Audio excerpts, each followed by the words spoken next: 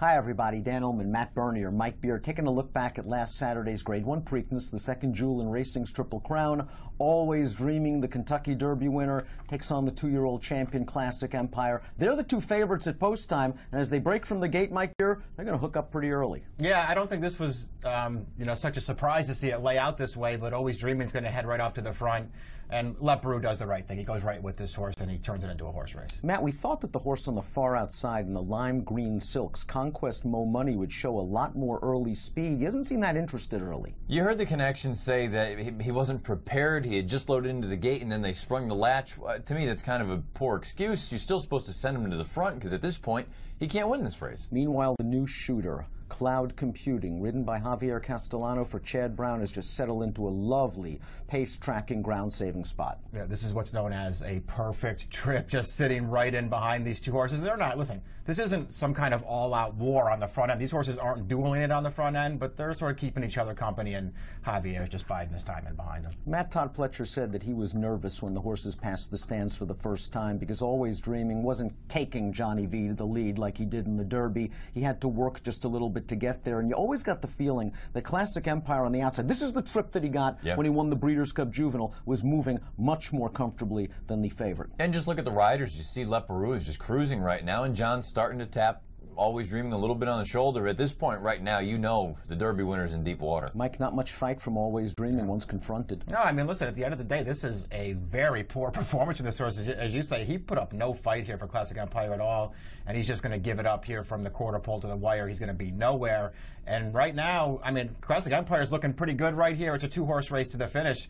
You know, he just can't hold off this Chad Brown horse. Cloud Computing, in-out trip. He's setting sail. Classic Empire is still clear at about the eighth pole, Matt. I know you like Cloud Computing in here. How nervous were you? I have to be honest, it was one of those things where Classic Empire, I know he's a talented horse, but it just seemed like Javier was pretty confident the whole time, looking under his shoulder. And when he finally got him to change leads, this horse went and got him. I think you do have to give Classic Empire a lot of credit, though. Once he was confronted in late stretch, it looked like he dug in yet again and really made Cloud Computing earn it in the waning stages. But Cloud Computing, Mikey could have run in the Kentucky Derby. Yeah. He had the points to get in based on his good performances in both the Gotham and the Wood Memorial. Right. And Chad said, no, we're not going to deal with the curse of Apollo. Cloud Computing, of course, very light on experience, as you can see from only 4 lifetime starts and no races as a 2-year-old. He bided his time. He waited for the Preakness. It was the right move. I guess it paid off for them to skip the Derby, which would have only been his 4th start there, and then he would have had the wet track to deal with as well. They probably made the right decision by going in this race, but he ran really well here, and it just, I guess it does sort of have to make you wonder what would have happened in Kentucky. He's by McLean's Music, who only ran once in a brilliant injury-plagued career, but he ran a 1:14 Beyer speed figure, and he's a very promising young stallion. He gets the stamina, Cloud Computing, on the bottom of his pedigree, of course, AP Indy, his broodmare sire. Now, Cloud Computing not scheduled to compete in the Belmont Stakes. Always Dreaming. It looks like he will stay in his stall after this very disappointing performance. But Classic Empire, he's going to soldier on, and it looks like he's going to start off the favorite in the Belmont. Mark Cassidy says blinkers off. I mean, I don't like big equipment changes before a big event, but based on the logic that he laid out, that it just kind of felt like maybe he didn't see Cloud Computing until it was too late, and you laid it out. He did sort of re-engage and galloped out well. To me, I'm starting to wonder now. I mean, we're at a point where this was his 3rd race in 5 weeks, and now you're going to tack on another one. He deserves to be the favorite, but I wouldn't be jonesing to bet him at 2 or 3 to 5. There were some folks on social media that said Julien Leparoux moved too soon on Classic Empire. I disagree. He made the lead early when Always Dreaming backed out of it. It wasn't Julian's choice. Yeah, I think he gave him a perfect trip in this race, and he had this horse on a clear lead mid-stretch. Listen, he got run down by a pretty good horse. Some folks might also say this horse won the duel. He lost the war. He ran a better race than the winner.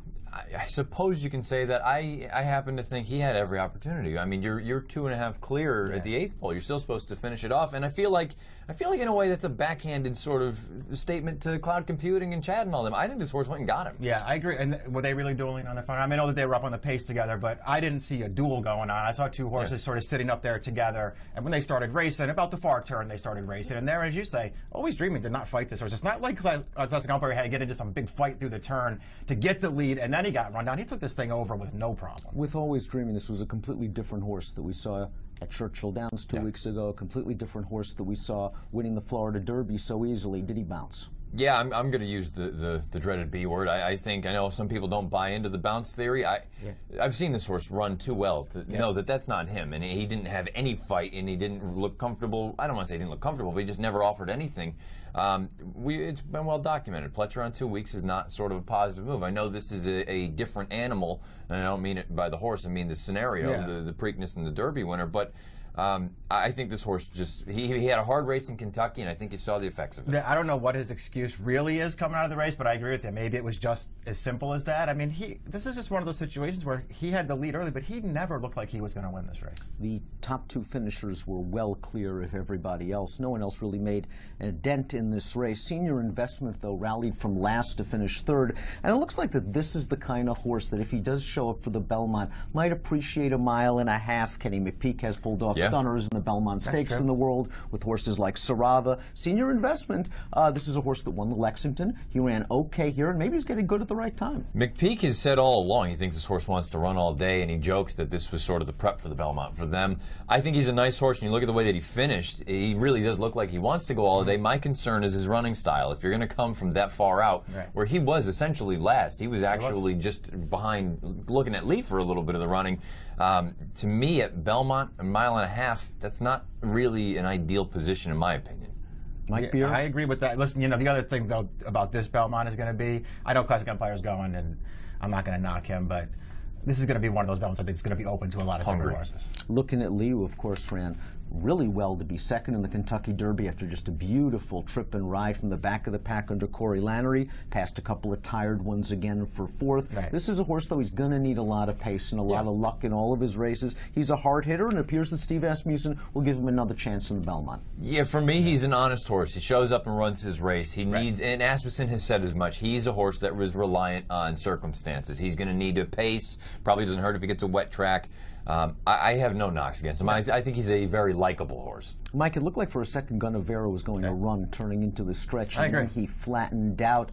Connection said he bled after the race, and he will not compete in the Belmont. Yeah, I guess they'll regroup with him. I thought he ran fine in this race, and if he did bleed, I mean, there was a brief moment about the 3/16 pole where it looked like he had a look at that thing up the rail. Smith gave him a perfect trip, and he had a little bit of a look at it, and then he just couldn't find enough at the end. Either he's just not good enough for this kind of a race, or if he did bleed, maybe that's a little bit of an excuse. I agree. I mean, it looked like he had a chance. But if you want to just look at it from a speed figure standpoint, he did get close to those races that he ran in Florida. So, you know, if you want to use the bleeding as sort of the sort of, you know, cop-out, I don't want to call it a cop-out, but you know what I'm getting at. We'll see what we get with him up at Saratoga. But Multiplier and Conquest Mo Money, 6th and 7th, they're possible for the Belmont right now. Multiplier is still very lightly raced. He'd won the Illinois Derby.